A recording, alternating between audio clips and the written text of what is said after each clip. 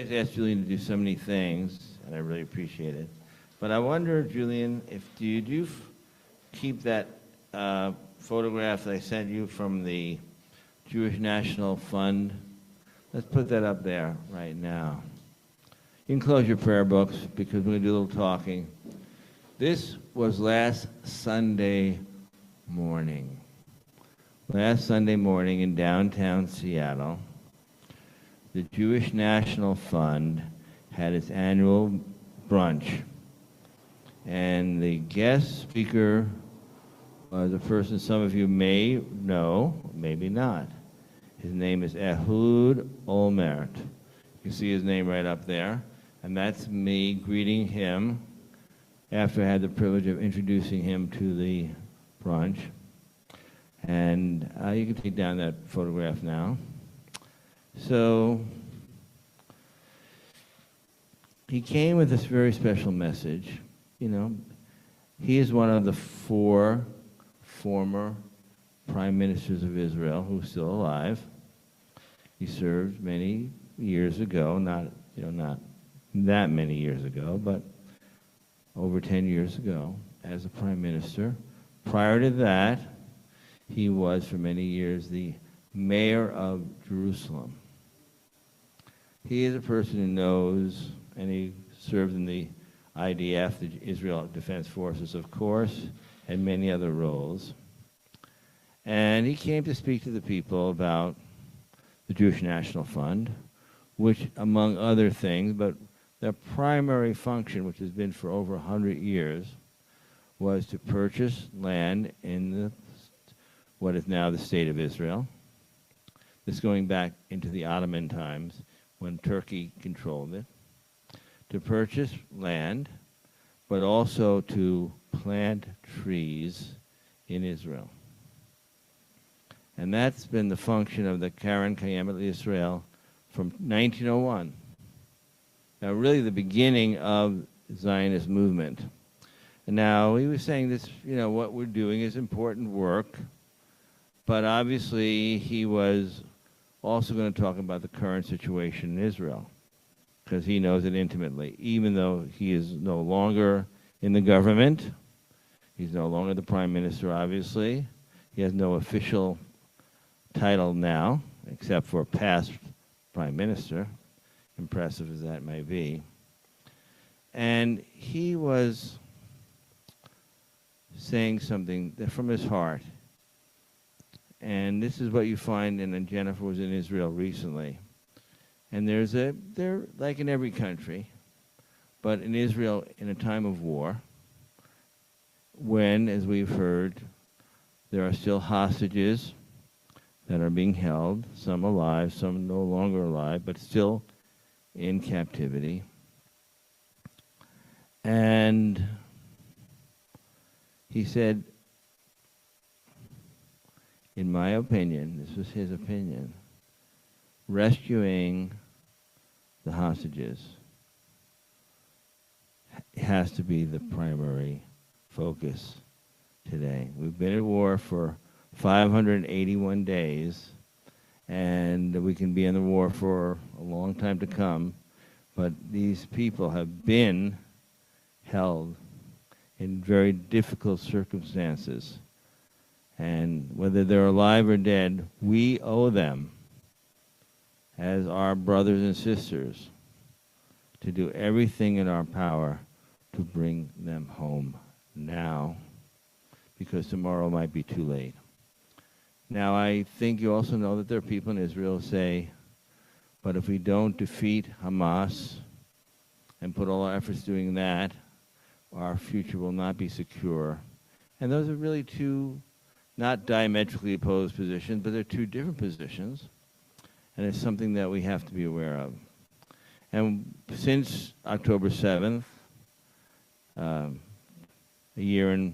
than a year and a half ago, we've been praying, asking God to help to release the hostages.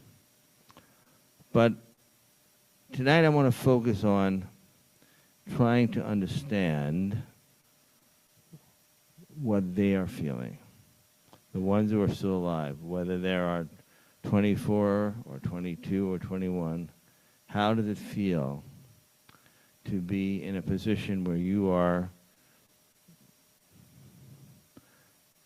alone? You feel alone, because they are alone. They're not in a group. They're being held individually. And there's one prayer in the Jewish tradition, which most people don't know, because it's in the book of Psalms, and we know a lot of the book of Psalms. We just read it. Sherwin read, Psalm 92. There are a lot of great psalms. But this psalm is not done very often. It's not part of the liturgy. But it's a beautiful, beautiful psalm. And it talks from the position of the person who feels or who is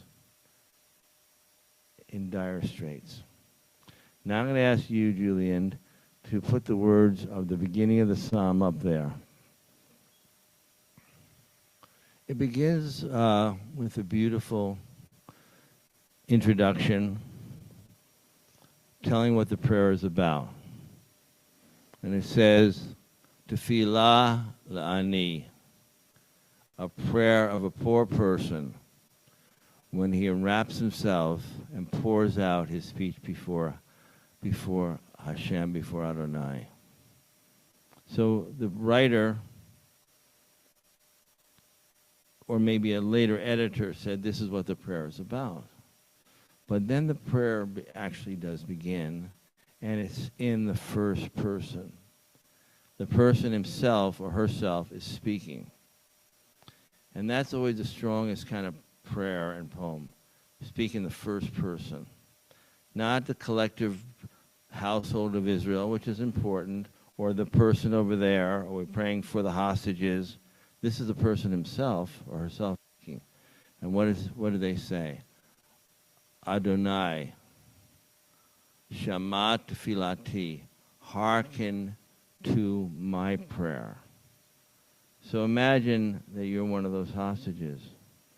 You have nothing, no other people around you. You can't go to a synagogue. You can't pray with your family. You're all alone.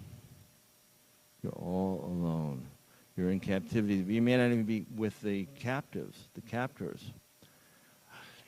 Hearken to my prayer, and may my cry come to you. Do not hide your countenance from me on the day of my distress. Extend your ear to me on the day I call. Answer me quickly. And you can imagine for all those 580 days, every day, answer me quickly. Bring me, answer my prayer. Do not hide your countenance from me on the day of my distress. Extend your ear to me on the day I call to you. Answer me quickly, for my days have ended in smoke. And you can imagine the hostages are surrounded by smoke. Bombs are falling. There's smoke in the tunnels. And as a hearth, my bones are dried up, beaten like grass and withered is my heart, for I have even forgotten to eat my bread. And I think what the poet is saying, I have not forgotten to eat my bread, but I don't have enough bread. I don't even have enough to eat. And the poem goes on for a few more verses, and then it talks about the rebuilding of Zion. It's a beautiful prayer, but this beginning is so poignant. So today, and this is something that Benjamin sent to me a few weeks ago, he found a version, a setting of this poem, psalm. It's a beautiful setting. I said, Benjamin, it'd be great to hear that prayer. So with the help of Julian on the piano, I'm going to do it on the guitar. He's going to come and sing this prayer. The words are right there. Keep them up there. And I want you to hear this prayer as a beautiful setting. Come forward.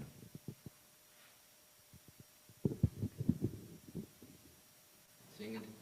Please do sing into the microphone because we want to really hear you. Get the microphone right to your mouth.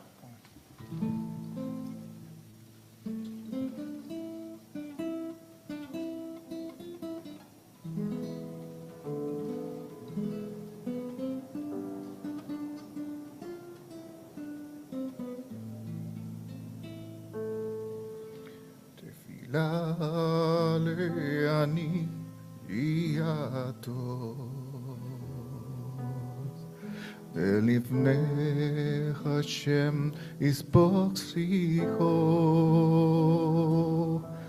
Tefila leani iato Belivnei Hashem isbok sicho Hashem, shema tefilati beshavati elecha tavo. Hashem, shema tefilati beshavati elecha tavo. Altar stairs panecha minemi, altar stairs panecha minemi, altar stairs panecha minemi, bello nekrat majer hanemi.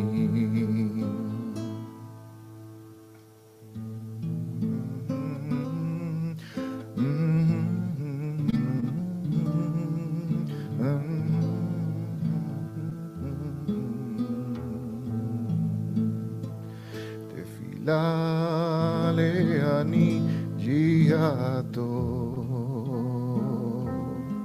Belivnei Hashem isbok sicho Tefila leani giato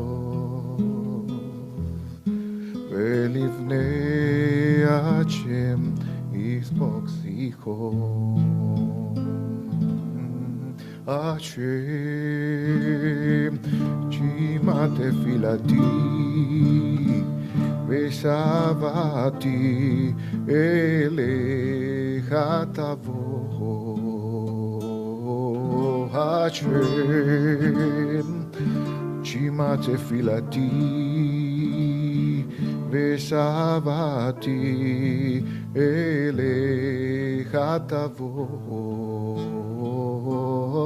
Altar stairs panecha minemi, altar stairs panecha minemi, altar stairs panecha minemi, bello nekra